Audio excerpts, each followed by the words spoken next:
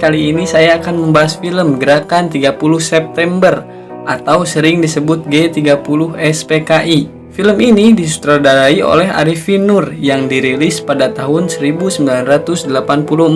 Film ini menceritakan masa menjelangnya kudeta di mana 6 jenderal diculik dan dibunuh oleh PKI dan TNI Angkatan Udara. Oke, jika kalian penasaran dengan videonya, sebelum kita ke ceritanya, simak dulu narasi berikut. Peristiwa penganiayaan ini terjadi pada tanggal 13 Januari 1965 sekitar subuh di Desa Kanigoro yang terletak tidak jauh dari kota Kediri. Ribuan orang-orang PKI menyerbu tempat training center pelajar Islam Indonesia. Kecuali melakukan pemukulan terhadap seorang kiai dan beberapa orang guru, mereka menginjak-injak kitab suci Al-Quran. 2 hari kemudian, pada tanggal 15 Januari 1965, di suatu desa juga di Kediri, ribuan orang-orang PKI menyerang petani Sudarno dengan dalih sengketa sawah. Kepala desa yang mencoba meleraikan dan menengahi tidak luput pula dari pengeroyokan dan penganiayaan. Pada tahun yang sama, di Sumatera Utara, terjadi aksi sepihak PKI yang dikenal sebagai peristiwa Bandar Betsi. Peristiwa ini merupakan sengketa tanah milik negara dengan kaum tani yang menggarap secara tidak sah, dan sebenarnya persoalannya telah diselesaikan secara baik. Tetapi kaum tani kemudian dihasut oleh orang-orang BTI PKI untuk menduduki kembali tanah itu secara sepihak melawan pemerintah. Dalam peristiwa ini seorang petugas Peltu Sujono tewas karena dikeroyok dan dianiaya. Aksi-aksi sepihak yang didalangi PKI ini juga terjadi di Indramayu, Boyolali, Klaten, dan berbagai tempat lainnya di Indonesia. Sementara itu, sebenarnya pada bulan Desember 1964 terungkap adanya dokumen tentang rencana perebutan kekuasaan yang akan dilakukan oleh PKI. Namun oleh PKI dokumen itu dikatakan palsu dan malah menuduh balik bahwa fitnah itu sengaja disebarkan oleh lawan politiknya, yaitu Partai Murba yang Trotskist, dalam hal ini Khairul Saleh dan Sukarni. Juga dokumen yang semacam pernah tersiar menjelang pemberontakan PKI Madiun tahun 1948 yang juga disanggahnya namun kemudian terbukti benar. Dalam rangka persiapan gerakan perebutan kekuasaan negara, Partai Komunis Indonesia PKI membentuk Biro Khusus pada tahun 1964. Tugas Biro Khusus ini adalah beri tugas oleh pimpinan PKI untuk menyusun gerakan 30 September 1965.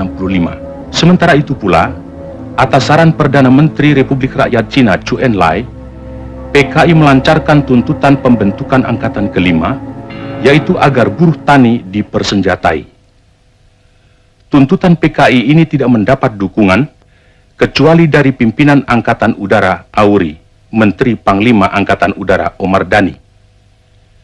Sebaliknya, Menteri Panglima Angkatan Darat Letnan Jenderal Ahmad Yani secara tegas menolaknya. Karena menurut perhitungannya, pembentukan angkatan kelima akan menimbulkan keruwetan dalam garis komando maupun pengawasan kekuatan bersenjata di Indonesia. Oke guys, kita ke alur ceritanya. Film dimulai memperlihatkan negara Indonesia yang berada dalam kekacauan. Rakyat hidup dalam kemiskinan, sementara yang kaya memamerkan kekayaan mereka. Ya, seperti lagu, yang kaya semakin kaya, yang miskin semakin miskin. Pada kala itu, Presiden Republik Indonesia yaitu Insinyur Soekarno dalam keadaan sakit parah. Bahkan dokter yang merawatnya yang berasal dari Cina memvonis bahwa Insinyur Soekarno akan mengalami kelumpuhan dan bisa mengakibatkan kematian. Setelah mendengar vonisan dari dokter Cina tersebut, Aidit, Syam, dan kepemimpinan Partai Komunis diam-diam berencana untuk mengkudeta Dewan Jenderal. Mereka merekayasa cerita bahwa Dewan Jenderal sedang mempersiapkan kudeta bila Presiden Soekarno mati. Rekayasa tersebut digunakan sebagai alasan untuk kudeta mereka sendiri. Mereka berencana untuk menculik 7 jenderal yang dikatakan sebagai Dewan Jenderal, yaitu Jenderal Ahmad Yani, Jenderal Abdul Haris Nasution, Jenderal Haryono, Jenderal S. Paman, Jenderal Suprapto, Jenderal D.I. Panjaitan, serta Jenderal Sutoyo. Perencanaan operasi ini dibagi menjadi 3 komando, yaitu Komando Penculikan dan Penyergapan. Pasukan ini diberi nama Pasukan Pasopati yang dipimpin Letnan 1 Dularip, dan Komando Penguasaan Kota yang diberi nama Pasukan Bima Sakti yang dipimpin Kapten Suradi, serta Komando Basis. Pasukan ini diberi nama Gatot Sukoco yang dipimpin Mayor Gatot Sukrisno. Semua pasukan ini di bawah pimpinan Letnan Kolonel Untung. Di sisi lain, Jenderal Ahmad Yani mencurigai bahwa ada sesuatu gerakan yang sistematis sedang berjalan, dan Jenderal Ahmad Yani pun berencana agar besoknya melaporkan kepada Presiden Soekarno. Namun sayangnya, pada tanggal 30 September sampai 1 Oktober, tepat pada pukul 4 subuh, pasukan yang dikomandani oleh Untung menculik 7 jenderal yang telah direncanakannya. Ahmad Yani yang mencoba melawan ditembak dan mati di tempat.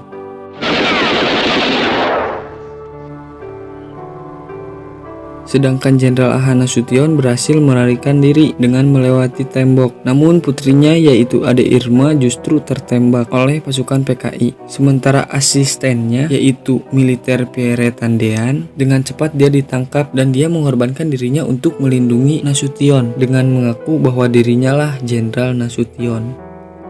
Di sisi lain, Jenderal D.I. Panjaitan ikut dengan rela mengikuti pasukan tersebut. Tetapi ketika dia berdoa terlalu lama, sebelum memasuki truk dia dibunuh.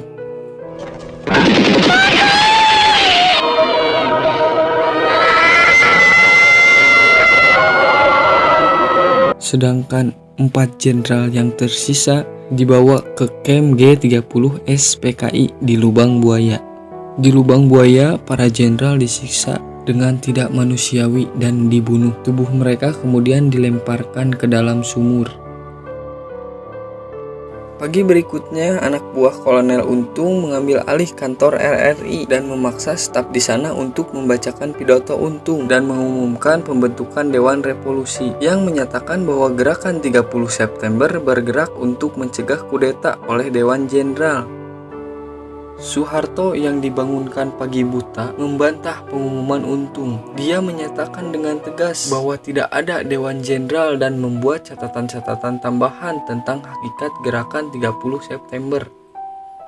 Karena ada kekosongan kekuasaan, dengan meninggalnya Yani, Soeharto mengambil kendali sementara Angkatan Darat dan mulai merencanakan serangan balik dengan anak buahnya.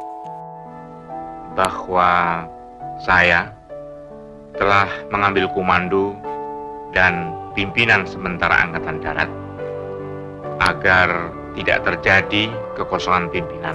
Namun bagaimanapun Soeharto tidak mau memaksakan pertempuran. Soeharto malah menyatakan bahwa ia akan memberikan pengumuman lewat radio yang disampaikan setelah pasukan yang setia kepadanya merebut kantor RRI.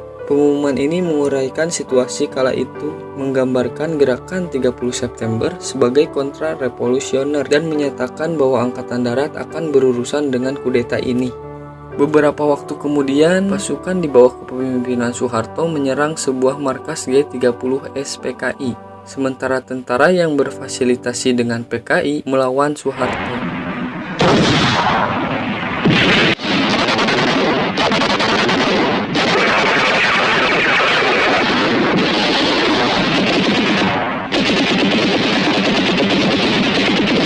Singkat cerita, pasukan Soeharto pun berhasil membantainya. Namun pemimpin PKI itu lolos dan melarikan diri.